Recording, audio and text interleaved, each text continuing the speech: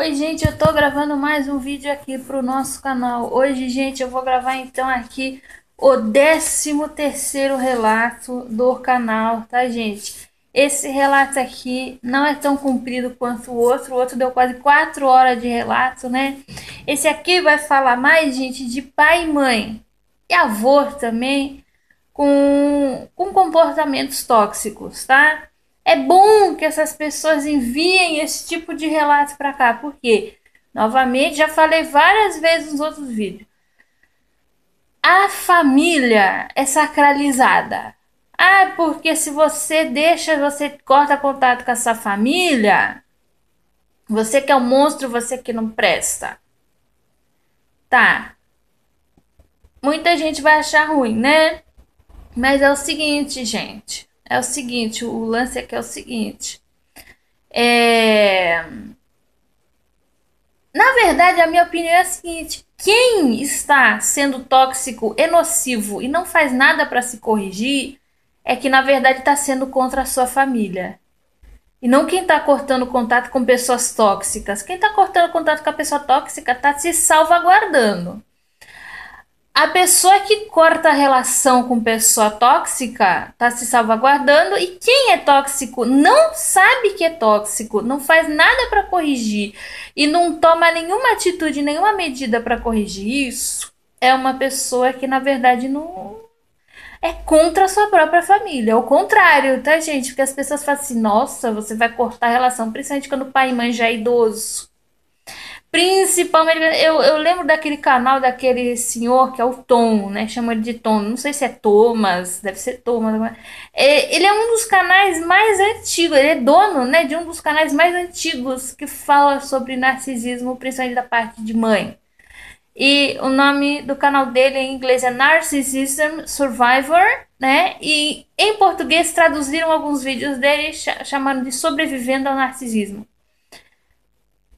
Gente, ele falou que ele cortou relação com a mãe por 28 anos. Ou seja, dá quanto tempo, né? Quando ele voltou a se relacionar com a mãe, porque ai, a mãe tá idosa. Ai, tadinha, ela pode morrer a qualquer momento. Você vai cortar contato com a sua mãe, tadinha. Aí a pessoa tenta voltar. É muito comum tentar voltar, principalmente com mãe ou pai, tá, gente? É muito comum. E ele chegou e falou: não façam isso. Tem um vídeo dele lá que ele fala: não façam isso. Por que não façam isso? Porque a pessoa narcísica com a idade ela piora, alguns transtornos melhoram com a idade. O borderline, por exemplo, com a idade ele melhora.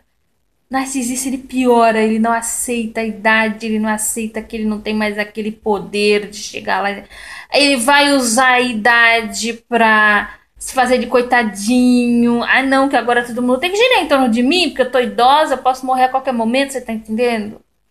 Olha, não é nada fácil você lidar com narcisista, e narcisista não tem crise da meia-idade, ele tem colapso da meia-idade. Isso não começa na, na terceira idade, passou dos 40, ele já tá, nossa, mas como assim? Eu não vou ser novinho para sempre. Não, não vai, porra. Uma pessoa normal, ela pode até ficar meio, nossa, né? O que eu fiz, o que eu não fiz a minha vida, entrar naquele negócio, né? De reavaliar a sua vida. Mas a pessoa narcísica, ela não entra nisso, ela entra naquele colapso. Ela acha que velhice é defeito, cabelo branco é defeito. Não vai simplesmente comprar uma tinta, pintar e tentar levar da melhor maneira possível. Não, vai entrar em colapso, não vai aceitar a idade, vai mentir a idade. Enfim, né? Vai pagar de novinho, novinha. Eu acho que é importante, a gente sempre tem que viver, tá, gente? Teve pessoas me escrevendo falando: olha, Sara, eu tô com mais de 60 anos, eu fiz faculdade, eu tô fazendo dança. Gente, eu acho isso tão positivo. Você tem que viver. Até o último dia da sua vida, você tem que viver. Você tá gostando de fazer curso, vai lá e faz. A nossa sociedade, principalmente o Brasil é uma merda, né? A cultura do Brasil é uma merda. Você tem que estudar para tirar um diploma para conseguir um bom emprego. Muita gente tem diploma e está desempregada ou está trabalhando em outra área, né? Quer dizer, aí não, você tem que fazer faculdade para conseguir emprego e tem que ser naquela faixa etária. 20 e poucos anos, no máximo 30 e poucos anos, e ter que estar formado, e ter que estar com pós-graduação, e ter que isso, e ter que aquilo na idade certinha ali. Eu já falo o contrário para minha irmã, eu já falo o contrário. Minha irmã, se tudo der certo, né, ela forma do ensino médio ano que vem, eu falo assim para ela, meu bem, primeira coisa que tu vai ter que aprender é a ganhar dinheiro. Tem gente que não tem estudo e ganha dinheiro. Eu tenho estudo e nunca ganhei bem na minha vida porque eu desequilibrei um monte de coisas na minha vida por causa até enfim, de egrégoras e coisas erradas na minha vida que eu não estava corrigindo, que eu não corrigi algumas coisas até hoje. Mas eu digo assim, eu tenho um puta de um estudo, eu só não tenho mestrado e doutorado ainda, mas eu falo vários idiomas, eu sou formada desde novinha, eu estudei cedo, tudo na idadezinha certa. Fiz faculdade na idadezinha certa, fiz pós-graduação cedo, tudo cedo. Desculpa o termo que eu vou usar aqui, só tomei no rabo. Conheço muita gente que também estudou cedo, fez as coisas, só tomou no rabo. Tem muita gente que fala, ai, presta concurso, faz não sei o quê. Estou pensando em empreender, mas novamente eu tenho que cortar relações com certas pessoas, senão não vai dar certo. Eu já empreendi uma vez, foi a única vez que eu me dei bem na vida, financeiramente falando. Foi quando eu empreendi, quando eu fui para São Paulo, empreendi. Não me faltava dinheiro para nada. Não me faltava dinheiro para absolutamente nada. Uma determinada pessoa, que eu não vou dizer quem é, fez Hoover e cagou com a porra toda e eu caguei junto. E, enfim. Enfim, né? Enfim. Mas o que eu digo é o seguinte, gente. Quer estudar, tem 50, 60, 70 anos, quer estudar, quer fazer dança, faz. Eu acho assim que o estudo ele tem que ser mais para você. O brasileiro não tem hábito de estudar porque gosta. O brasileiro ele tem o hábito de estudar para conseguir um diploma e conseguir emprego. Gente, isso não existe mais. Eu acho assim que o caminho tá em você empreender. É bom prestar concurso? É. Mas tirando cargos altos, concurso geralmente não ganha tão bem. Você é estável, mas não ganha tão bem. E às vezes demora para chamar. São anos da sua vida gastos naquilo ali. Se você precisa de dinheiro imediato, primeira coisa que eu recomendo: empreender. Empreender. Eu falei esse dia com uma moça que ela vende pipoca. Ela falou assim: que tinha mês que ela tirava livre R$ 4.000. Tem, tá, gente? Tem. Eu empreendia, só que não era com pipoca, era com docinho. Em São Paulo, 4.000 nunca cheguei a tirar. Tirava bem mais que o mínimo. Pagava minhas contas tudo adiantado, não devia nada pra ninguém. Deu em merda porque eu deixei que me manipulassem, né? Deu em merda porque eu deixei que me manipulassem. Você tem que ter muita força interna que às vezes o codependente não tem. Na verdade, assim, primeira coisa é aprender a ganhar dinheiro. Depois é estudar porque gosta. O brasileiro não tem essa de ler porque gosta, de estudar porque gosta, de fazer um curso porque gosta. Ele quer para tirar diploma para trabalhar. Mas enfim, vamos aqui pro relato. Vamos falar também no relato, vamos falar aqui desse lance, tá, gente? O lance do. Tem uma parte aqui do relato que a moça fala do rapaz que tá. Questão financeira tá meio complicada, né? Por que eu falei tudo isso antes de começar o vídeo, gente? Porque tem pessoas, né, que pensam assim, ah, mas a mãe tá doente, mas a mãe tá idosa, mas a mãe narcisista com a idade piora. E fica muito difícil porque se tá doente, se tá com Alzheimer, ai, não pode, né? Tem que não sei o que a gente se der pra terceirizar esse cuidado, terceirizar. Fica levando pra sua casa, não. Fazer inferno na sua casa. Melhor coisa, melhor é não. Mas vamos começar aqui o relato que eu já falei bastante, já deve estar cumprido, olha lá. Sara, olá, tudo bem? Conforme conversamos por e-mail, não procuro por diagnósticos. Sei bem que isso não é viável e você sempre deixa isso bem claro nos vídeos, tá, gente? É ilegal. Você dá diagnóstico sem ser médico ou sem ser psiquiatra é ilegal. O máximo que a gente pode fazer aqui é falar de traços narcísicos. E até quando eu falo, por exemplo, o Sam Vaknin, que a gente fala que ele já foi diagnosticado, Sam Vaknin foi diagnosticado por 3 psiquiatras diferentes. Ou seja, Ninguém tá aqui. Eu não tô dando diagnóstico da minha cabeça. Entendeu? E eu falo de pessoas que já são comprovadas dos outros. Não tô falando de mim. E às vezes eu falo, por exemplo, de um ex que eu acho que foi sociopata, que foi narcisista. Eu falo dos traços e eu não falo nomes. Então eu não tô dando diagnóstico pra nenhuma pessoa física. Com CPF, com RG. Você tá entendendo? Eu não tô dando nome aos bois. Mas se você chegar a falar que o fulano de tal é narcisista, inclusive isso é ilegal. Não pode fazer isso. Não pode ficar diagnosticando e nem passando cura. Chama de curandeirismo, é contra a lei. Tem lugar que faz, tem religião que faz. Então, a gente aqui não pode falar de diagnóstico. Mas a gente pode falar que a pessoa é tóxica pelas atitudes dela. Olha lá. Eu sempre falo, deixo isso bem claro nos vídeos, e vários vídeos eu falo que a gente aqui não pode dar diagnóstico, mas a gente aqui pode identificar pessoas das quais é melhor se afastar. Apenas quis relatar um pouco sobre meu pai a você, porque sempre tem comentários muito ricos que podem me ajudar a perceber detalhes e nuances dos fatos que narro, que posso não ter percebido ainda. Tomara que eu possa fazer isso por você nesse vídeo aqui. Ó, que bom, né, que você gostou dos comentários. Para compor o contexto, começo falando de meu avô paterno, que eu particularmente acredito que este sim tem tudo para ser narcisista patológico de verdade, por tudo que minha avó e tias contaram para minha mãe há um tempo. Isso no início do casamento dela com meu pai, pois atualmente nem ela nem eu temos muito contato com essa parte da família. Toda vez que vamos a alguma festa deles, ou algo do tipo, nos arrependemos de ir. É tanta triangulação que cansa. Isso é muito coisa de cultura de gente antiga. Também você fala aqui da avó, das tias, às vezes pessoa que nasceu nos anos 40, 50, né? Que agora já está aí beirando os 60, 70 anos. Meu Deus do céu! A minha avó, ela já fala, meus avós são todos falecidos, né? Mas uma das minhas avós era de 27.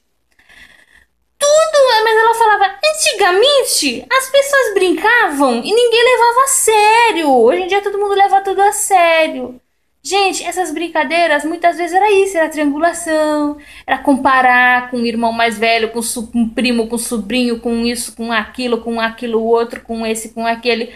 E era mega normal. E tem gente que ainda leva para as novas gerações, pessoas mais jovens, de 20, 30, 40 anos de idade, ainda tem esses hábitos que era mais comum dessas pessoas mais antigas. Aí você vai numa festinha, você vai num negócio. Aí tu chega lá, estão lá falando um monte de merda. E você fica incomodado escutando aquele monte de merda. Mas eles falam mesmo assim. Era coisa antiga, tá, gente? Não precisa ser narcisista. As pessoas faziam isso antigamente mesmo. Meu avô deixava minha avó sozinha em casa com quase uma dezena de filhos. Tinha muito filho antigamente também, né? E sumia por semanas, né? Não é aquilo que a gente fala, gente. Não é porque tá casado no papel e ou na igreja e ou nos dois juntos que a relação vai ser feliz. Eu me recordo quando eu li aquele livro Gabriela Cravo e Canela, que é do século XX. Tá? E você imagina antes, então, como é que não era? Que os caras lá, os caras já estavam meio coroa, já estavam na faixa dos 50 anos. E eles tinham várias amantes, né? Que eles mantinham e todo mundo sabia. Era amante de casa montada, que eles chamam montar casa para fulana de tal, né? Eram as concubinas que chamavam. Ou simplesmente a rapariga, chamava de rapariga, manceba, eram nomes antigos, né, que usavam. Por que eu sei esses nomes? Porque eu li muito livro antigo. Eu me sinto tão familiarizada com o ambiente antigo do que novo. Em algumas coisas eu sou muito antiga. E outras eu sou muito nova. Enfim, outras eu não sou tão nova assim. Mas enfim, eu me familiarizo muito com a linguagem antiga. Eu tô escrevendo romance histórico. Tem gente que fala, nossa, de onde você tirou esse português? Primeiro que eu li muito livro antigo. E segundo que, na minha opinião, deve ser coisa de outra vida, né? Mas eu tenho noção de que tinha muita coisa errada nesse tempo também. O que acontecia? Os caras tinham lá as amantes, as mancebas, que chamavam, né? E a esposa ficava em casa, principalmente depois que a esposa já tinha tido os filhos. que o homem queria, porque casamento era para dar filhos legítimos para uma determinada linhagem. Não era para ser feliz, não era para ter companheirismo, não era para ter filhos. Tanto que esterilidade de uma das partes era motivo para anular casamento. É bem louco mesmo, tá, gente? E o que acontece? Depois que a mulher estava aqui com uma dezena de filhos, como a avó da moça aqui, o cara largava ela em casa, ia pegar a novinha. Ou às vezes nem tão novinha assim, às vezes era uma amante um pouco mais velha, mas era uma amante. Porque ele ia lá, desculpa o tempo, pra gozar, tá? Ele ia lá pra gozar, ele não. E acabou. E cada uma tinha a sua funçãozinha. Aí o filho botava no colégio, não deixava faltar nada em casa pra esposa, dava roupa, dava. Havia. Se a família fosse rica, dava. Tinha criados, tinha empregado, tinha isso, tinha aquilo. Mas não dava atenção, não dava amor, não tinha. Era muito comum abandonar a esposa por meses e pegar a novinha lá fora e deixar a esposa dentro de casa. No Gabriela Cravo e Cana, eles faziam muito isso. Tanto que eles falavam assim, que amor de esposa é mais contido e amor para você fazer bastante, desculpa o termo, gozar bastante, era com as mulheres no cabaré. Aquelas raparigas, as prostitutas, as amantes. Havia muito essa separação, né? Era muito comum o cara largar a esposa em casa cheia de filho. E dane-se que ela não tem vida sexual. Contigo, dane-se. Dane-se que quando vocês tinham vida sexual, a vida sexual era um horror. Vocês nem transavam direito. Ou transavam muito ruim, ou transavam muito mal.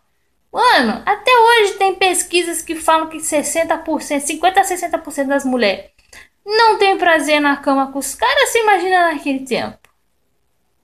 Você imagina naquele tempo, gente? E aí, era muito comum. Não é porque tá casado no papel ou na igreja que vai ter uma relação legal, porque não vai rolar. Quando eles casaram, meu avô tinha terrenos e gado. Deu tudo de mão beijada para mulheres da vida apenas para não deixar para a família. Isso é muito comum em famílias com traços narcísicos, tá, gente?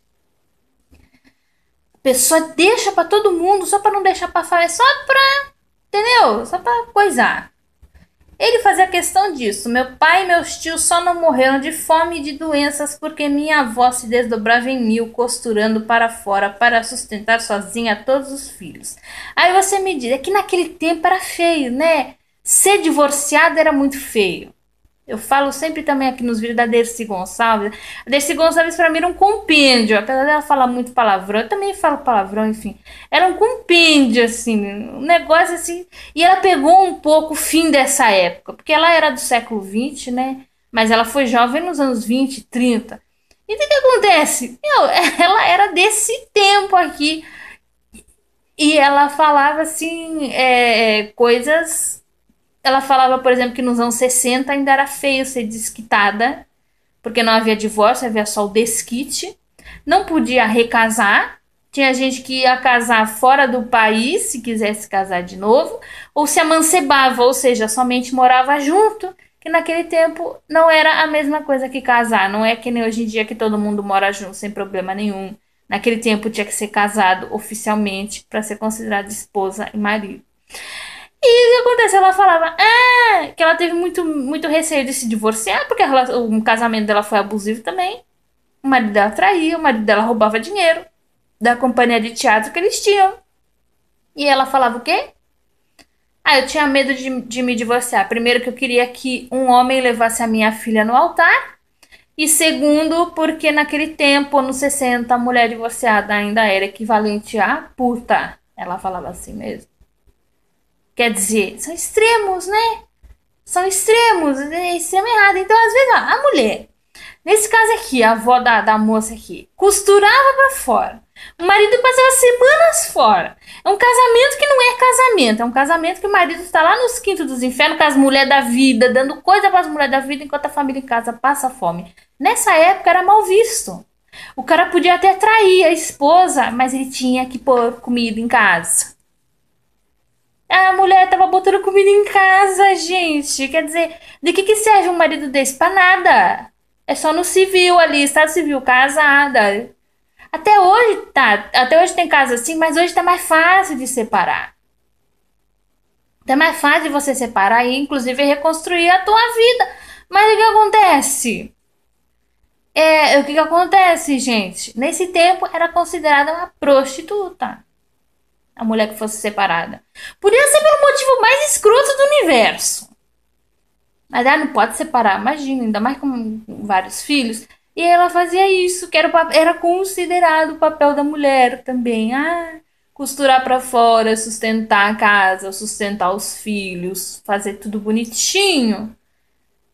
Enquanto o marido tá lá se esbaldando com as vagabundas, tá dando dinheiro pras vagabundas e a família em casa tá passando fome.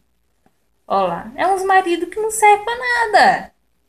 Mas naquele tempo era feio separar, né? Por isso que provavelmente ela não separou. Teve uma vez que a crise financeira na casa estava tão intensa que a minha avó, católica ferrenha, no maior exemplo codependente, fez uma promessa para Deus que se ninguém morresse naquele momento, ela jamais negaria um prato de comida para o marido. E assim foi feito. Além de nunca ter se separado, ó, não ia separar mesmo. Naquele tempo não separava, gente. O casal deixava de transar, o casal deixava de dormir no mesmo quarto, o casal às vezes virava a cara um pro outro, mas não separava. Era assim mesmo. Sempre tratava ele normalmente como se nada acontecesse. Atualmente, as filhas fazem até festa de boda de prata, de ouro, sei lá mais o que, só para exibirem como, olha lá, meus pais, o exemplo de casal duradouro. É assim mesmo, tá, gente? Eu conheço pessoa com fortes traços narcísicos, que eu não vou falar quem é, que fica falando, não, porque eu sou casado há X anos. Ó, e o casamento é uma moça. Mas eles gostam. E agora? De falar, né? De exibir o título. É só fachada. Por dentro tá a merda. Enfim. E ficam pagando de família perfeita, mesmo tendo vivenciado todo o horror que a mãe viveu. É assim mesmo, tá, gente? O povo lá varrendo a sujeirada pra baixo do tapete. Enquanto isso, tenta pisar em cima do tapete e dar um sorrisinho amarelo. Isso é uma desgraça. Isso é uma desgraça. O ego e a imagem social vale mais do que as dores e a dignidade. Muito mais. Nesse tipo de família, gente, quando as pessoas começam a brigar, a discutir, primeira coisa que a pessoa mais narcísica fala, com traço narcísico faz, sabe o que ela fala? Briga baixo pro vizinho não escutar. Eu vi, o problema é o vizinho. O problema não é o que tá dentro da tua casa. O problema é o vizinho. Olha lá. Minha avó hoje paga de santa mora. É muito comum também por causa da idade, né? Paga da idade. É uma santa, edificou o casamento. Imagina, olha lá. Me dá até certa repulsa disso. Eu tenho muita repulsa disso. Porque eu já vi muito disso em muito lugar. A pessoa querer pagar de santa, não, porque eu segurei a barra do meu casamento. O casamento é uma bosta. Você segurou a barra. Isso é mega codependente, tá, gente? Olha lá. Meu avô teve uma doença há uns anos, que prefiro não especificar. E hoje não fala nada com nada direito. Não faz quase nada sozinho, quase que vegeta. Minha avó, que mesmo tendo alguns problemas da idade, poderia viajar bastante, viver um pouco a vida, não pode sair de casa, de perto dele. Não pode nem mais passar uns dias na casa de alguma filha, que meu avô esperneia e ela cede, permanecendo presa a ele. Os filhos e netos acham isso bonito, tipo, olha só que fofo, ele ama tanto que não quer ficar longe, tá se sentindo tão sozinho assim, doente? Tadinho, quando na verdade ele só não quer que ela viva agora que ela poderia viver, já que quando ele a deixava, Deus dará. Antigamente ele deixava, Deus dará, né? Ia pegar as vagabundas, agora que ele não pode mais pegar, o que ele faz? Não, não pode, fica aqui comigo. Ela tinha que priorizar os filhos, né? É puro egoísmo e sadismo que hoje aplaudem. Como ela é codependente nata, era muito comum uma mulher antigamente ser codependente, gente. A mulher não tinha pra onde ir. Família não aceitava a mulher divorciada. Só tinha um caminho pra mulher antigamente, que era o casamento. Acabou. A mulher tinha que casar virgem. Se perdesse a virgindade antes de casar, tinha que casar com o cara que tirou a virgindade dela e ficar com ele até o final da vida. divorciada não era aceita, não sei o que. Então, era esse o caminho que as mulheres tomavam antigamente mesmo. Como ela é codependente nata, ela não se depende dessas imposições. Ela aceita esses discursos torpes e aproveita para pagar mais ainda de santa que se sacrifica pelo bem do marido doente. Talvez aqui ela queira, né? Ah, já que eu tô no. Desculpa o termo chulo que eu vou usar, vou falar. Já que eu tô no inferno mesmo, eu vou abraçar o capeta. Ou seja, eu tô na merda mesmo, eu tô no casamento de merda mesmo já há X décadas da minha vida. Então eu vou pagar de. Eu vou tentar fazer com que esse negócio aqui tenha alguma vantagem. Ou seja, pagar de santa, pagar de mulher que edificou o lar. Muita mulher faz isso. E não é só mulher de idade, não. Mas a mulher de idade ela tem mais tendência, até por causa de uma época e de uma educação que ela recebeu. Uma tia já disse para minha mãe que por tudo que ele fez, não era nem para nenhum dos filhos sequer olhar na cara dele. Principalmente as filhas mulheres, porque ele simplesmente as ignorava por completo. Ele sequer contava elas com filhas, só os filhos homens eram considerados filhos por ele. Mas que pai é pai, né? E por isso, além de dar todo o suporte médico de cuidados pessoalmente, em vez de interná-la em algum lugar, ainda paparicam com todos os mimos possíveis. Principalmente as filhas mulheres são as que mais cuidam de ambos. Geralmente esse papel fica para a filha mulher mesmo e a gente, sabe, gente, num caso desse eu não seria contra você terceirizar, não. E o que é terceirizar? Põe um cuidador, põe numa clínica, põe até no... Põe! Em primeiro lugar que a pessoa na clínica, ela vai saber cuidar melhor, porque teve treinamento e você não. Segundo, ele negligenciou tanto assim a família e de repente agora, depois de velho e doente, quer ser cuidado? É difícil. Olha lá. Meu pai, por ser um dos mais velhos, deve ter sido um dos mais afetados, influenciados pelos exemplos narcisistas do pai dele. Minha mãe conta que na época ela não deu tanta importância, mas que ela viu muitos exemplos de situações em que meu pai foi super protetor ao extremo com as irmãs, como se fosse marido delas, e até pior, pois ele, como pai e marido, não enche tanto o saco, nem meu, nem de minha mãe, por exemplo, mas encheu o saco delas demais. Ao ponto de uma dessas irmãs, em uma festa de aniversário dela mesma, só de ver que ele, meu pai, ia chegar, correr pro quarto e trocar de roupa emburrada para prevenir que lhe desse escândalo, mesmo ela já sendo adulta e casada. Ela tinha medo do meu pai dar escândalo pela roupa que ela usava.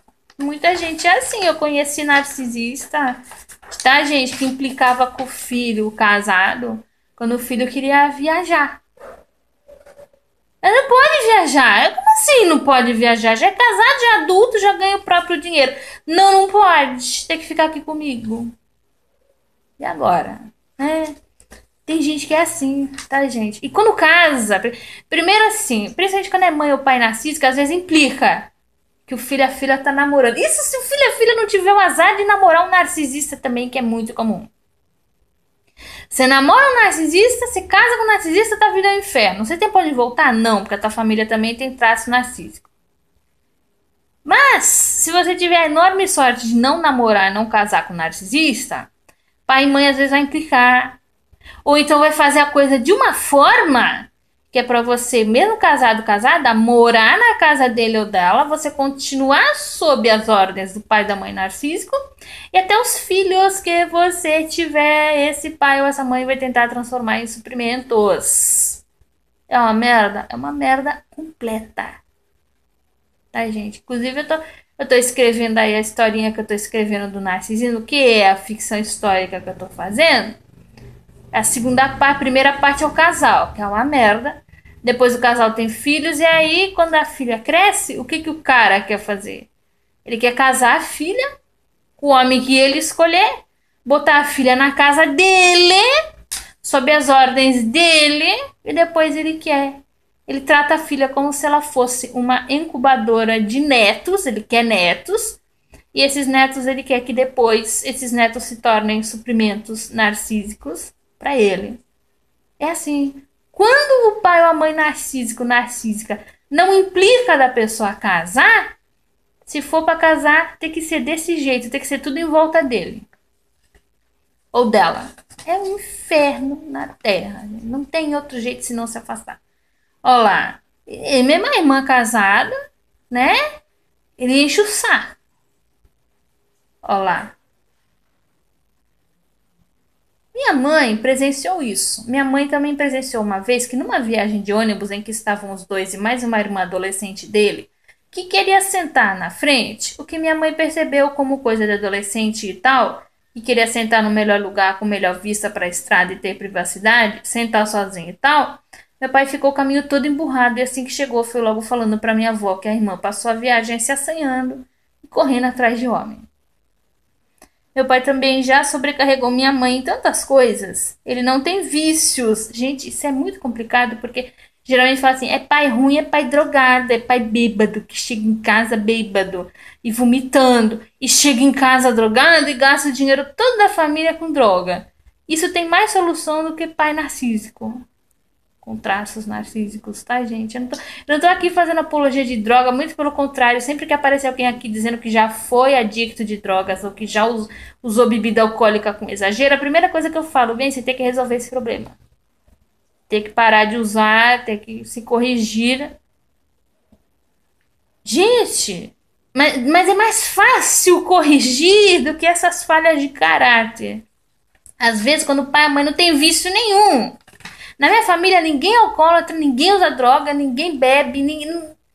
Tinha uma fase na minha família que as pessoas não bebiam nem café. Pra vocês terem uma ideia. E a gente teve muitos problemas. Nós não precisamos de substâncias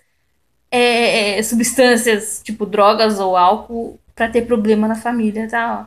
Ele não tem vícios, nem some por dias como o pai, mas também tende a não deixar dinheiro em casa. Para minha mãe comprar comida e coisa de casa. Pessoa com fortes traços narcísicos, tá, gente? De duas uma, ou ela vai ser parasitária, ou ela vai ser a provedora e ela vai querer controlar tudo com mão de ferro. Não vai deixar um dinheirinho. Olha, vai lá no mercado fazer compra. Não, é sempre ele ou ela que faz compra no mercado. É assim. Ele pensa que ela gasta o dinheiro para ela, sendo que ele quase não tem nada para si. Ela não tem quase nada para si. E pechincha até não querer mais com a própria saúde, por exemplo. Ele triangula e diz para os outros que minha mãe só dorme, quando ela tem sono levíssimo. Quase não dorme, na verdade. Ele também vive para o trabalho. Ele chega a pagar para trabalhar, constantemente pegando serviços que claramente não darão retorno, deixando a família em dificuldades financeiras. Não agradece nem reconhece do que minha mãe faz em casa ou na nossa criação, que ela fez praticamente sozinha, já que ele nunca se importou em nos conhecer ou cuidar de nós.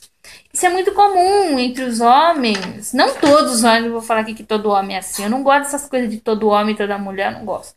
Mas assim, muitas vezes, tá, gente? Muitas vezes mesmo, o homem acha que tem que delegar a criação pra mulher.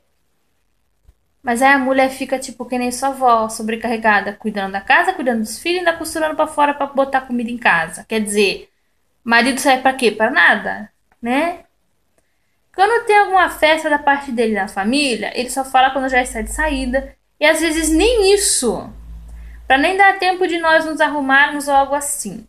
Então quando chega lá, diz que chamou e que não quisermos ir. De tanto fazer isso, atualmente não fazemos questão de ir mesmo. Só recentemente ele começou a querer triangular conosco por insistência dessas tias. Tipo, ah, tadinho do seu avô, vamos lá ver ele. Querendo que fôssemos eu e a minha mãe para lá para ajudar a cuidar dos pais deles quando é o dia de ele ir no revezamento que as tias organizaram para eles cuidarem, principalmente do meu avô pessoalmente, porque meu pai nem meus tios homens dele não sabem cuidar de ninguém. Eles pensam que cuidar é sentar do lado e conversar, deixando minhas tias sobrecarregadas, limpando, cozinhando, dando banho. Muita gente também acha que isso é papel de mulher. Isso não é só coisa de narcisista, não. Isso é coisa de pessoas em geral, principalmente de pessoas um pouquinho mais antigas, tá? Só que meus tios levam as esposas, por isso não fica tão pesado para as minhas tias. Mas como meu pai vai sozinho, sobrecarrega as irmãs dele. Então, por causa delas, ele até passou a insistir repentinamente para a gente ir com ele. Nunca fomos nem iremos. Então, vocês têm o direito de não ir. Porque eles não querem cuidar, né? E seu avô também foi ruim. Mano, quando a pessoa é ruim, eu não fico. Ai, não, tem que cuidar. Não, tem que ser recíproco. A pessoa não cuidou, você também não cuida, acabou, né? Eu era a favor, inclusive, como eu falei, vou falar de novo. Terceirizar esse cuidado aqui, ó. Então, por causa delas, ele até passou a insistir, nunca fomos nem iremos. Então, por não ter surtido efeito sobre nós, minhas tias começaram a cobrar dinheiro dele, tá certo? Eu faria a mesma coisa, para pagar alguém para ir no lugar dele, tá certo?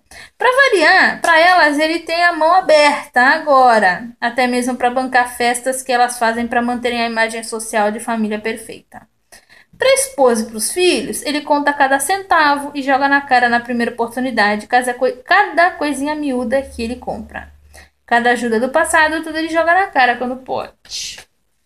É bem assim mesmo. Tem inclusive pessoas, gente, que com os outros é uma maravilha, com você não quer. Eu vou só citar um caso aqui rapidinho, senão ficar longo. Sabe o passivo-agressivo? Quando a gente namorou, eu tinha uma mania assim de vender coisas. Ele nunca quis comprar nada meu. E ele chegou a falar, mas isso é de propósito. Vocês têm que ter noção que isso é de propósito. Ah, eu comprei do vizinho, só que eu não sei quando que ele havia comprado, mas enfim, eu comprei do vizinho para ajudar.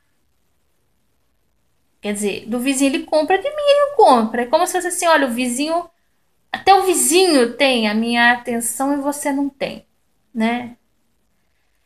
Enfim, são nuances. Engraçado que a gente teve bastante problema na relação, mas eu comecei a perceber que eu não podia contar com ele para nada. Foi mais ou menos nessa ocasião.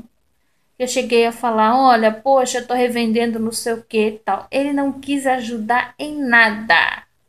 Mas Sara, ele é obrigado a comprar? Não, ele não é obrigado a comprar, mas nem que ele botasse nas redes sociais dele, na época. Olha, minha namorada tá vendendo, alguém quer ajudar? Não. Eu falei, já que você não quer comprar, será que a tua mãe não ia querer pelo menos nem ver? Ah, não, minha mãe. Tudo é não, tudo é não, tudo é não. E pros outros é sim, e pra você é não. Isso é de propósito pra você sentir uma bosta. É assim mesmo e é de propósito. Gente, seja lá o que for, se for narcisista, se não for. Gente, pra você afastar na tua vida. Meu pai tem por bodes expiatórios a minha mãe e um dos meus irmãos, que vou chamar de irmão A. Fala mal deles para todos, principalmente para as irmãs dele e minha avó paterna. Teve coragem até de inventar mentiras horrorosas para a irmã da minha mãe, que mais conversa com ela. Ainda por cima, foi burro, porque ficou bem óbvio para minha tia cada distorção que ele fez. Obviamente, essa tia contou para minha mãe em seguida. Meu outro irmão, vou chamar de B, é o Dourado. Eu acredito que eu fique no limbo. Às vezes você assume papéis múltiplos. Às vezes você é dourado, às vezes você é o expiatório, ou às vezes você foi o que foi meu caso. Eu fui adorada e depois eu virei um pouquinho expiatório também. Enfim, eles vão remanejar de acordo com as conveniências deles. Não tem nada a ver com você, tem a ver com a conveniência dele, de acordo com se você reage às coisas que eles fazem. Tá? Então, não é um papel fixo. Ah, uma vez dourado, sempre dourado. Uma vez bode expiatório, sempre bode expiatório. Não, eles não são leais para ninguém. Então, eles vão usar as pessoas da maneira que melhor lhes aprouverem. Olá. Eu acredito que eu fique no limbo quando eu era criança. Talvez eu fosse mais ou menos dourada, porque tenho vagas lembranças de ele comprando mimos e brigando com meus irmãos para me defender. Mas depois eu praticamente fui criada pela minha mãe, mesmo morando na mesma casa que ele. Ele não sabia nem sabe absolutamente nada sobre mim ou minha personalidade. Nunca se importou em saber. Certa vez, quando eu era pré-adolescente, a escola em que eu estudava tinha uma outra escola também estadual bem próxima e com as mesmas séries da escola que eu estudava. Ele fez um serviço nessa escola que não era minha. Até aí, ok. Aí, quando ele foi receber o cheque, aproveitou para me buscar. Fomos falar com a diretora para ele pegar o tal cheque. Então ele disse: minha filha estuda aqui na série tal. Eu não sabia onde enfiar minha cara, porque eu estudava na outra escola. E meu pai não sabia. Ele ainda disse que eu estava em uma série que tinha uns 2 anos de diferença, da qual Eu realmente estava. Deixa eu ver aqui. Ó, aqui. A diretora se dirigiu a mim e perguntou: Nossa, que legal! O que você acha de estudar aqui? Aí eu tive que desmenti-lo na frente dele porque eu não fazia ideia de como responder aquilo de outra forma. Ali ficou nítido para mim o tremendo desinteresse dele por mim e pela minha vida, o que só foi se confirmando ao longo dos anos. Durante minha adolescência inteira, toda vez que eu tentava apresentar para ele uma música, um filme, uma série, qualquer coisa que fazia parte do que eu gostava, ele desmerecia. Muito comum também. Muito comum. Às vezes, gente, dá a impressão que é o seguinte, parece que tudo incomoda. Você tá lá felizinho escutando uma música, é problema. Você começou um esporte novo, é problema. Você começou a desenhar, é problema. Tudo é problema da gente. É por isso que às vezes você entra em depressão. Tudo é problema, eu não posso respirar que é problema, né?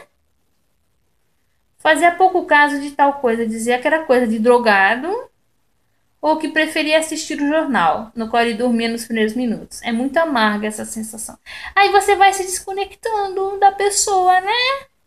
Aí tudo você faz questão nem de nem mostrar. Eu vou mostrar pra quê? Pra falar que é coisa de drogado? Ou pra falar que é porcaria? Você nem mostra. Uma das últimas coisas que eu falei, olha só, para uma pessoa que eu considero que tenha fortes traços narcisistas, que eu falei assim, não, e essa pessoa gosta, né, ai, porque família é isso, família é aquilo, família é aquilo. Ó, aí você acha que você vai falar uma coisa dessa, a pessoa vai achar legal. Acha nada, é tudo fachada. Cheguei pra essa pessoa e falei, nossa, porque tem um casal no meu Facebook que tá casado há mais de 40 anos. E o senhorzinho fez uma baita de uma declaração de amor pra senhora, pra senhorinha falando que sente isso, aquilo por ela e que não sei o que. Coisa mais linda. Foi no Dia dos Namorados que ele fez, né? Coisa mais linda. Inclusive esse senhor já morreu e, meu, a mulher tá de luto dele até hoje. Enfim, né? Foi um casal que eu espero que tenha sido feliz de verdade. Aí a pessoa com traço narcísico, pra azedar a desgraça toda, chegou pra mim e falou assim: Mentira! Tá fazendo isso só pra se amostrar. Todo casal tem problema. Tá bom, todo casal tem problema, mas isso impede que o senhorzinho goste da senhorinha de verdade e bote uma mensagem de verdade. Sempre tem problema. Não sei o que. Gente, nunca mais eu falei nada pra esta pessoa, de nada. Você não pode nem falar da mensagem. Ah, então, desculpa o termo novamente, foda-se. Não falo mais nada. Mas isso daqui que ela tá falando, pelo visto, foi na adolescência, e na adolescência isso pesa mais. Uma coisa é você falar isso com 20 e tantos anos, ou até mesmo 30 anos de idade. Outra coisa é você chegar lá e falar quando você tem 14, 15, 16, você tá formando personalidade ainda. Chega teu pai e tua mãe e fala, é coisa de drogado. Não presta. Olha, tem que tacar o foda-se mesmo. E é por isso que seria muito bom, mas em famílias narcísicas é difícil de ter, uma pessoa que dê apoio. Porque esses dias minha irmã tava meio aborrecida com umas coisas também. Minha irmã também é adolescente, a minha irmã acabou de fazer 17. Ela tava toda aborrecida lá com uma pessoa lá, falou umas coisas pra ela que ela não gostou. Eu falei, ô Cibele, que é o nome da minha irmã, Cibele, tu não sabe que a pessoa tal fala um monte de merda mesmo? Deixa eu falar merda mesmo, não sei o quê. Aí ela sente o apoio da minha parte, ela fica melhor. E quem não tem? E que é todo mundo, e quando é todo mundo triangulando com todo mundo e xingando todo mundo e aquela nojeira que a gente já conhece. E o que você faz, gente? Aí, às vezes é nessa hora que você entra em depressão, que você não pode fazer nada, né? Ó, quando eu comecei a sair com amigas e tal, minha mãe sempre se preocupava muito, porque ela se importava muito. Meu pai aproveitava para encher o saco dela. Se eu saísse sem avisá-lo, ele sempre arrumava algum detalhe para dizer que minha mãe não me criava direito. Ou ele dizia que eu chegava tarde, sendo que eu sempre voltei antes das 8 da noite. Ou ele dizia que ela não conhecia as pessoas que foram comigo, ele sempre arrumava uma reclamação do nada.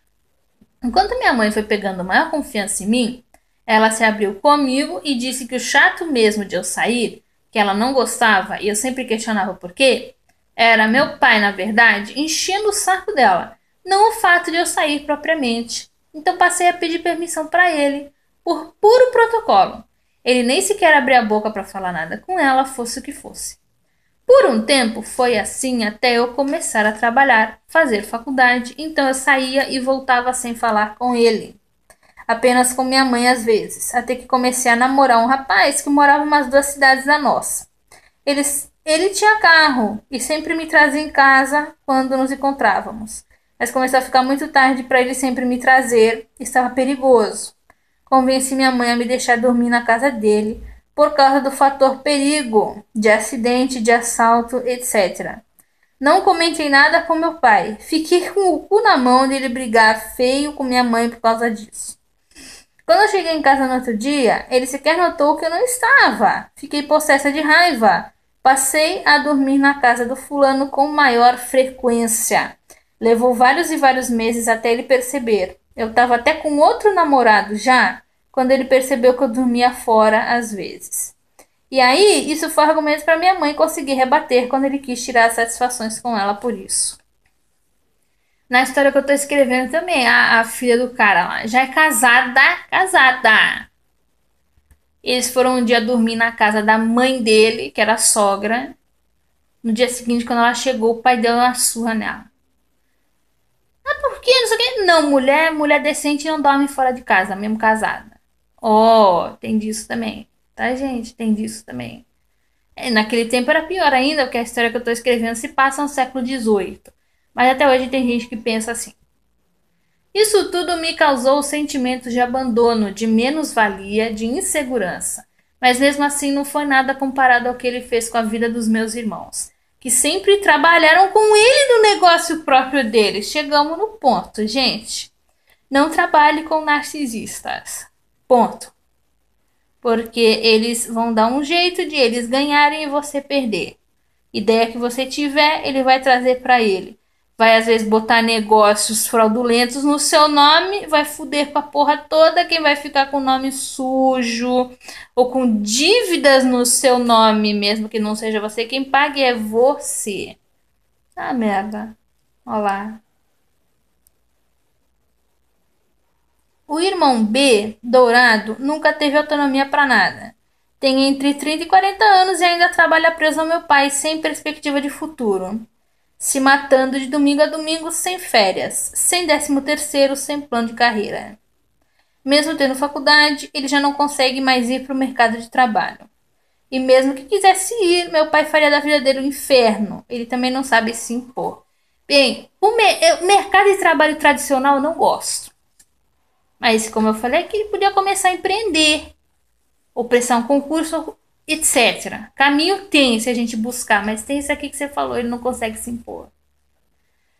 E a pessoa tá naquela vibe, ela tá na onda, ela tá surfando na onda do narcisista. E pra sair é a coisa mais difícil do mundo. Principalmente quando você não tem base, você não tem ninguém. Você não tem ninguém. Tio, tia é ausente, não quer saber, não se intromete, você nunca viveu no mundo. Isso aqui você tá dizendo, ele não tem férias 13º. Não deve ser registrado. Tem narcisista que é pior, tem narcisista que faz o outro trabalhar de graça. É porque é família, né? Família, pois é, mas aí você tem que aceitar se fuder no nome da família. Meu pai o comanda. Meu irmão A tem problemas sérios com insegurança. Tem vício em comida, tem vício em videogame, tem problemas de saúde para os quais ele faz tratamento meio nas coxas. Não leva os tratamentos a sério. Sempre perdendo dias de exames periódicos. Não usando equipamentos necessários, etc. E mesmo sendo uma das pessoas mais inteligentes que conheço, não aplica nada disso na própria carreira. Por ele viveria até o fim da vida com a falta de estabilidade de dinheiro de um estagiário. Talvez por falta de confiança ou por comodismo mesmo, por não querer se sentir muito envolvido com o emprego, nem sei mais. Às vezes a pessoa viveu a vida inteira assim, e para mudar agora é difícil, né? Foi o que ele conheceu. O pouco que ele se mexe é por insistência minha e de minha mãe. Já tentei ajudá-lo falando sobre depressão, ansiedade, terapia, falando de alimentação saudável, fazendo coisas saudáveis em casa. Nada disso o tira da inércia, da autodestruição.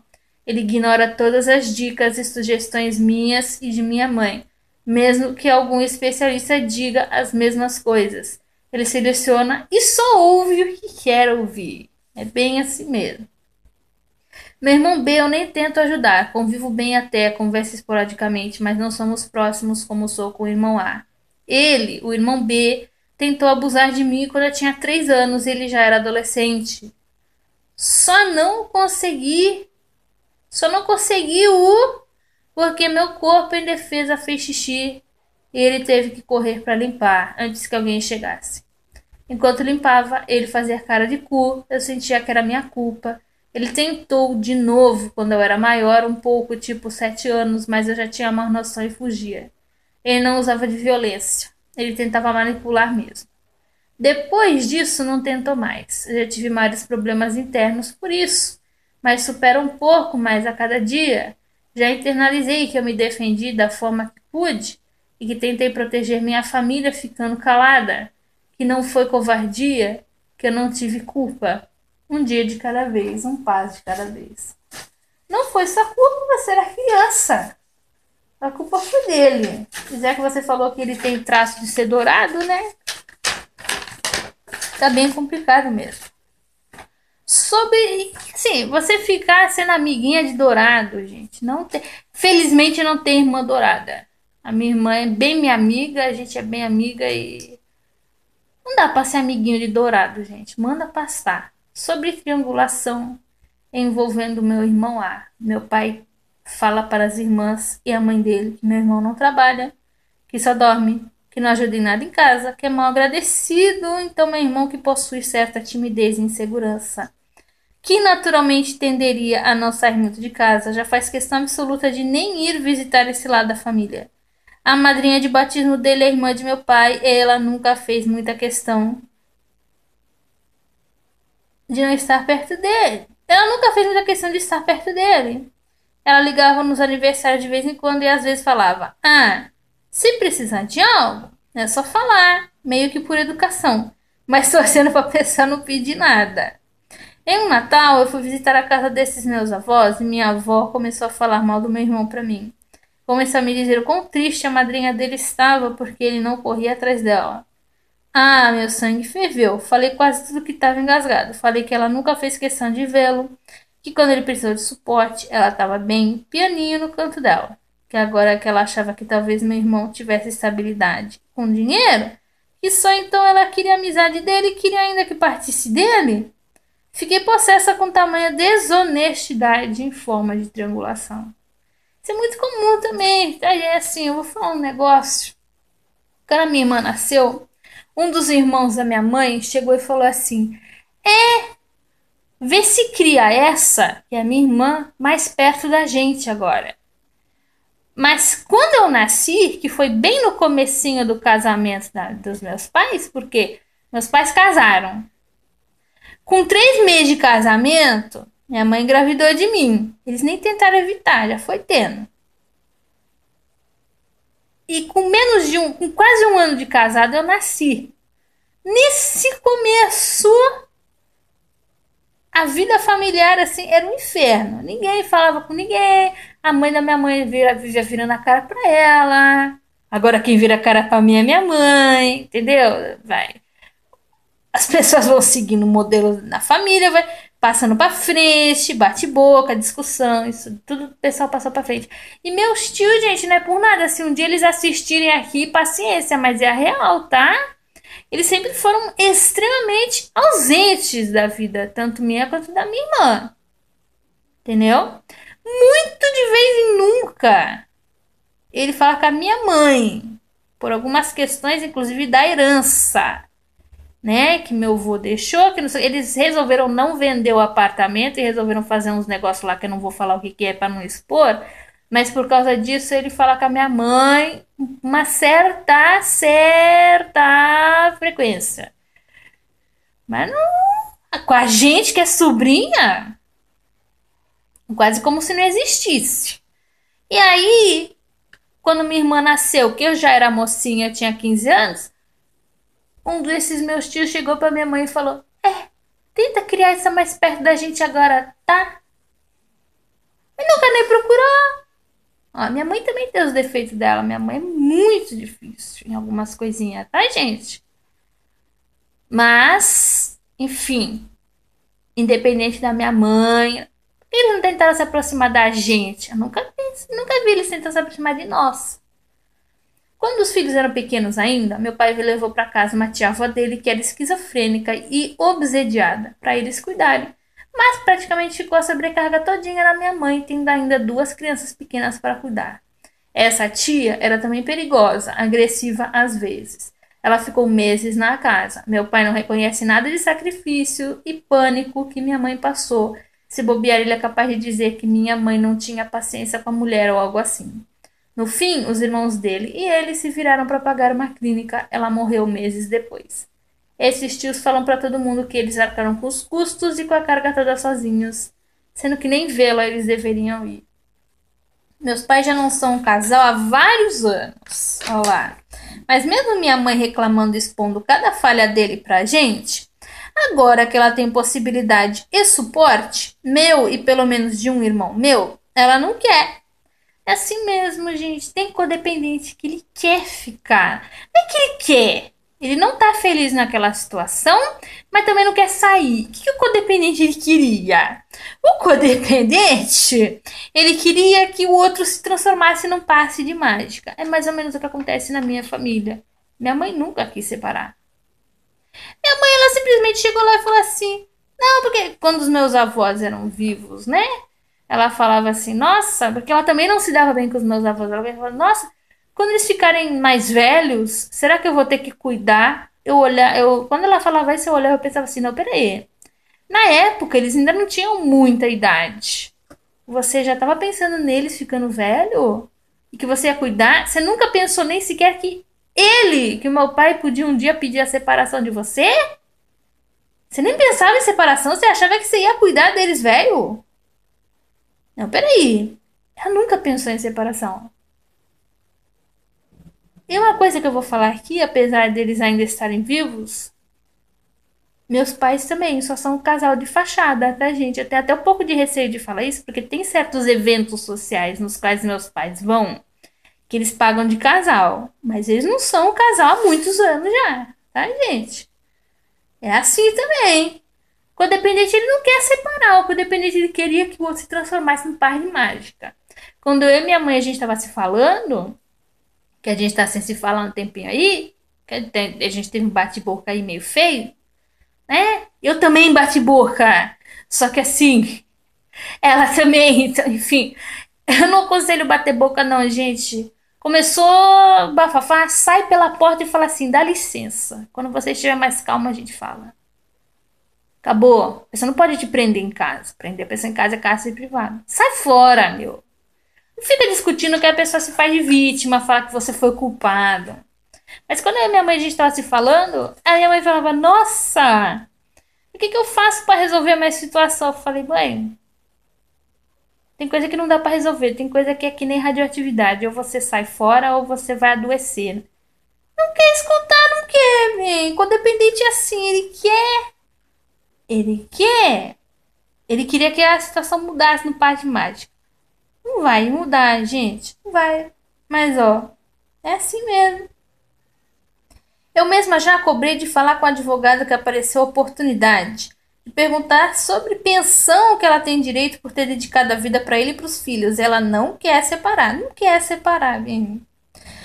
Tem gente que não quer separar. O que entendi de primeiro pretexto que ela deu é que ela teria certo medo da solidão, mesmo tendo sido solitária, casada com ele por décadas. Olha, eu não sei se é só medo da solidão, não, velho. É tanto circuito maluco na cabeça da pessoa que eu não sei o que é. Recentemente conversamos de novo. Ela expôs melhores argumentos sobre morar na mesma casa ainda. Se for separar, teria que ser morando em casas separadas, ou quase nada mudaria na prática. Enfim, né? É aquilo que eu falei no começo do vídeo também. A pessoa, antigamente não havia divórcio. para não dividir os bens que as pessoas faziam. Continuava junto, né? Continuava casada no civil, mas nem dormir junto não dormia mais. Era muito comum antigamente isso. E parece que a sua mãe quis seguir esse caminho também, né? Ela disse que antes de casarem, ela trabalhava em casa de família como babá e tal. Mas meu pai disse: mulher minha não precisa trabalhar. Com a naturalização do machismo da época, ela não se importou e parou de trabalhar. Ela é quase uma década mais nova que ele.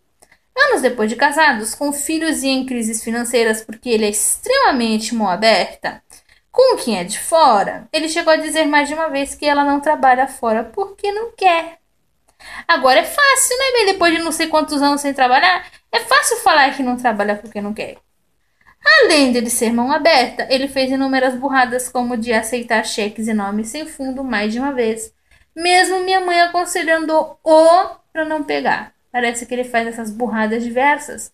Tem várias outras, envolvendo gente roubando ele, processando ele, irmão dele, passando a perna nele, de pirraça só para dizer que é ele quem manda no negócio e na casa, e não a esposa. Depois disso, ele diz que ninguém o ajuda. É bem assim mesmo. Ah, me dá até um negócio. É muito fácil manipulá-lo. É só se fingir de amiguinho dele, elogiá-lo pra caramba e pronto. Você já pode passar a perna nele à vontade, que ele não vai ouvir. Se a gente tentar avisá-lo, porque nós estamos criticando e não ajudando, alertando. Gente, eu não sei se seu pai é narcísico ou se ele é simplesmente um codependente com certos traços aí de toxicidade. Enfim, tem gente que não é narcisista, mas é tóxica. E o que acontece, gente, nesse caso aqui? O que acontece é o seguinte: às vezes, para dar a última palavra na casa, a pessoa faz merda, mas chega e fala: não, a última palavra foi minha.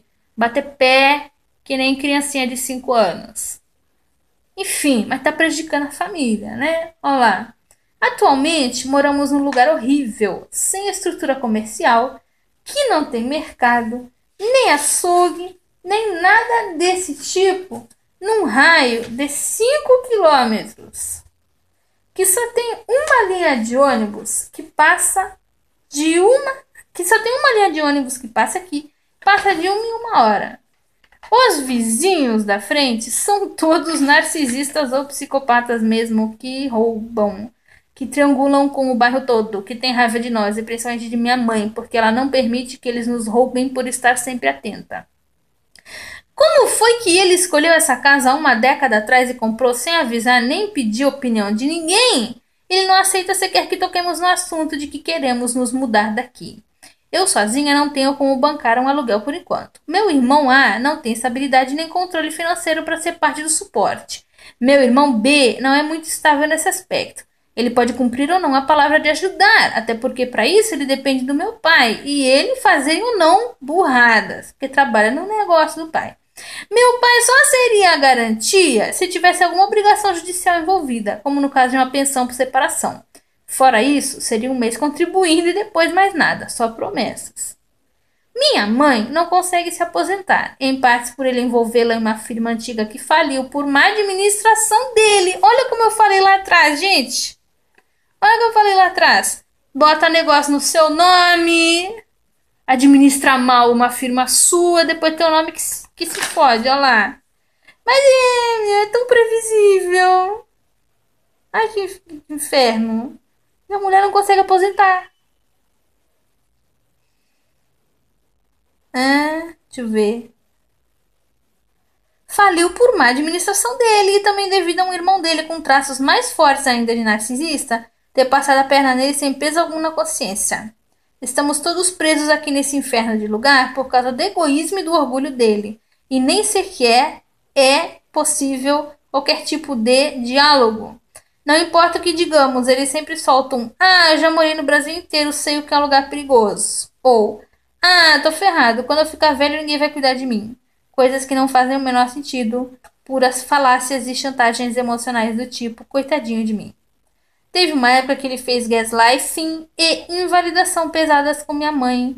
Aproveita no fato de os empregados dele começarem a difamar minha mãe por causa da triangulação das vizinhas da frente. Sendo que minha mãe fica trancada em casa o dia inteirinho, muitas vezes em companhia do meu irmão A e depende de carro do meu pai e do irmão B. para poder se locomover. Eram difamações pesadas e sem lógica alguma. Meu pai chegou até a colocar os caras de frente com a minha mãe para eles desmentirem na. Então meu pai chamava ela de louca na frente de todos, sendo que ela dizia a verdade. Na época eu estava saindo da adolescência ainda, não entendia muito bem a gravidade de tudo aquilo e os efeitos psicológicos cruéis que ele estava gerando na minha mãe. Não sabia o que era gaslighting, nem o feminismo, nem relações abusivas. Eu não conhecia nada disso. Achava que meu pai era só burro, implicante, inconsequente e covarde. Hoje eu percebo o tamanho da crueldade que foi isso. Foi proposital, foi cruel. Há uns anos atrás, eu gelei uma vez que ele... Olha esse aqui, gente. Que ele tentou fazer gaslighting de novo, mas não funcionou. Fiquei realmente sem saber o que pensar. Eu já tinha maior discernimento das coisas e tive uma noção nítida do quão irracional ele era. Ele começou a deixar o gás da cozinha destravado. O perigo. Minha mãe foi rápida em notar na primeira vez e comentou com todos nós. Ele soltou uma de: "Ah, você deve ter esquecido assim." E ela já alertou para mim e para o meu irmão, que estava muito estranho aquilo. Não estava só destravado como quem esquece, estava praticamente solto mesmo. Intencionalmente, isso foi de dia, então pensamos em várias possibilidades. Ele podia simplesmente querer mostrar que minha mãe estava esquecendo as coisas, ou queria que ele ligasse o fogão e se machucasse com a chama enorme que o gás solto provocaria, visto que na época era só ela quem cozinhava. Na segunda e última vez, fui eu que percebi. Eu tinha acordado cedo no dia e acho que era fim de semana. Só recordo bem que não era esperado que eu acordasse cedo. A casa estava com puro cheiro de gás. E a mangueira do bujão solta de novo. Chamei minha mãe de imediato e abrimos as janelas e portas para dispersar o gás. Estava um cheiro bem forte mesmo. E eles botam cheiro, eu já ouvi falar que eles botam cheiro no gás. Para que o gás, para que a pessoa perceba e desligue. Porque dizem, né? Eu não sei se é verdade ou não. Dizem que esse gás de cozinha, na real mesmo, ele não tem cheiro. Ele não tem cheiro. Mas eles botam esse cheiro de gás que é pra pessoa sentir e desligar antes que aconteça alguma coisa. E, lógico, abrir janela e tudo para dispersar o gás, né?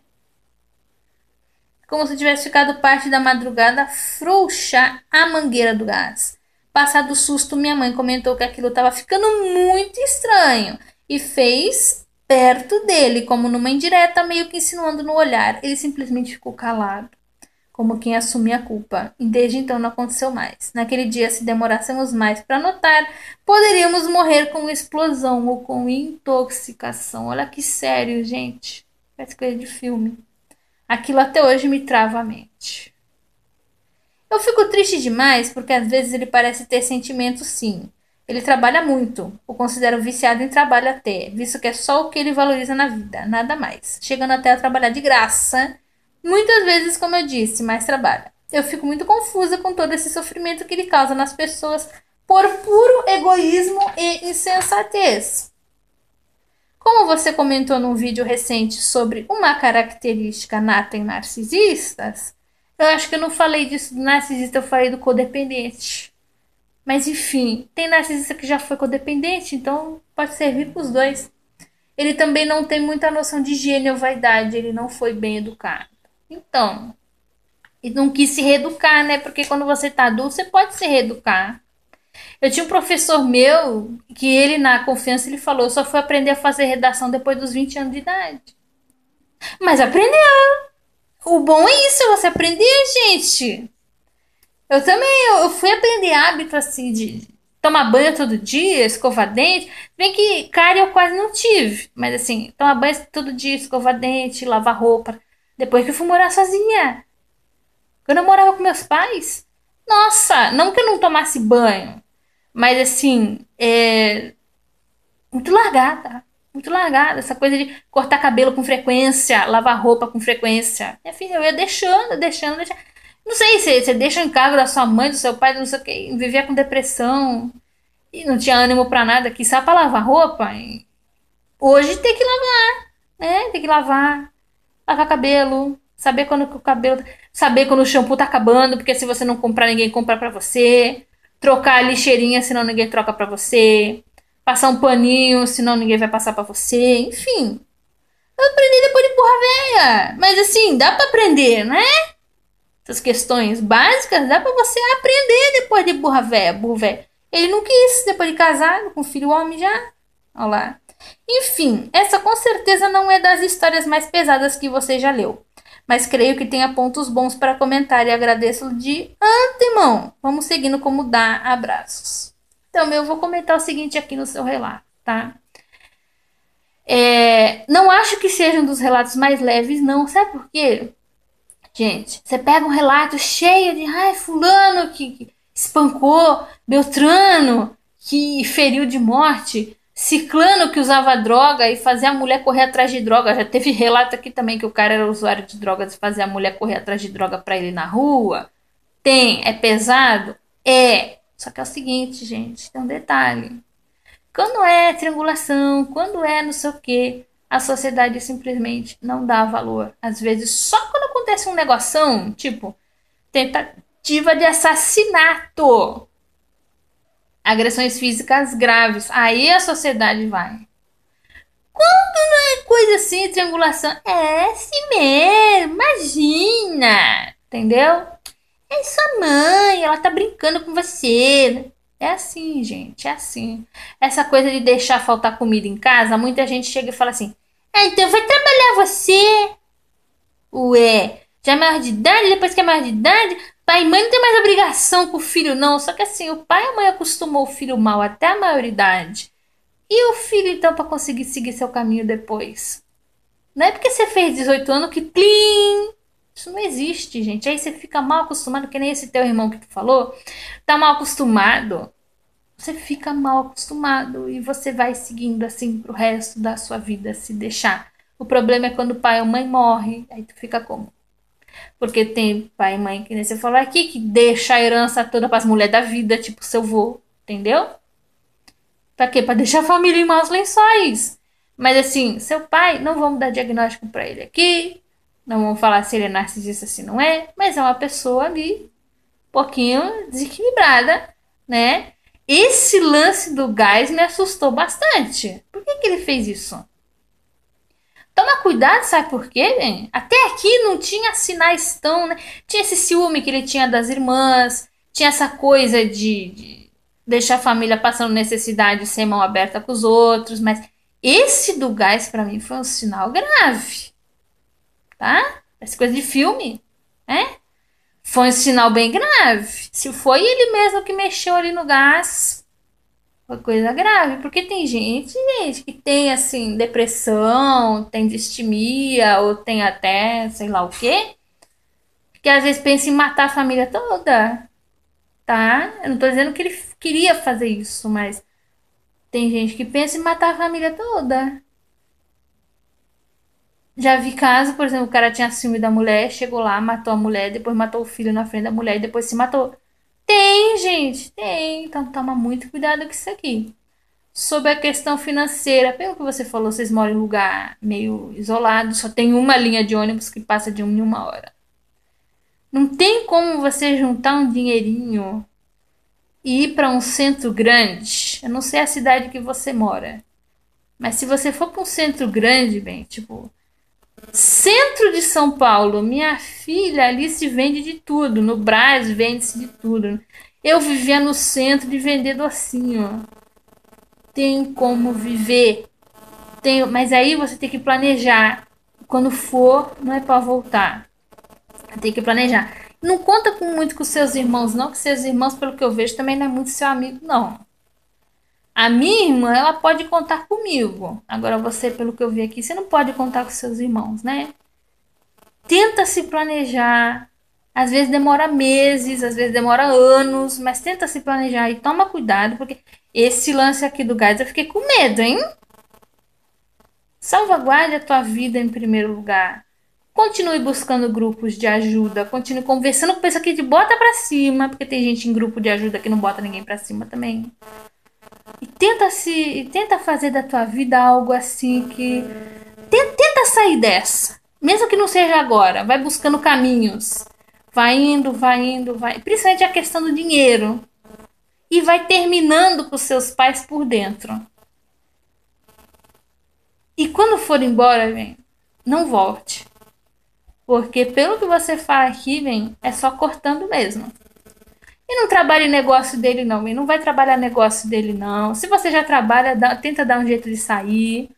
Porque trabalhar em negócio de gente assim é pedir pra passar uma vida inteira, desculpa o termo novamente, na merda. Então, gente, esse foi o relato da moça, já deve estar meio grande. Qualquer coisa a gente pode conversar nos comentários, ou no inbox, ou no e-mail, caso você queira, né? Eu vou repassar esse vídeo quando eu upar para você e a gente conversa um pouquinho mais, tá bom? Gente, muito obrigada por mais essa atenção. Até o próximo vídeo.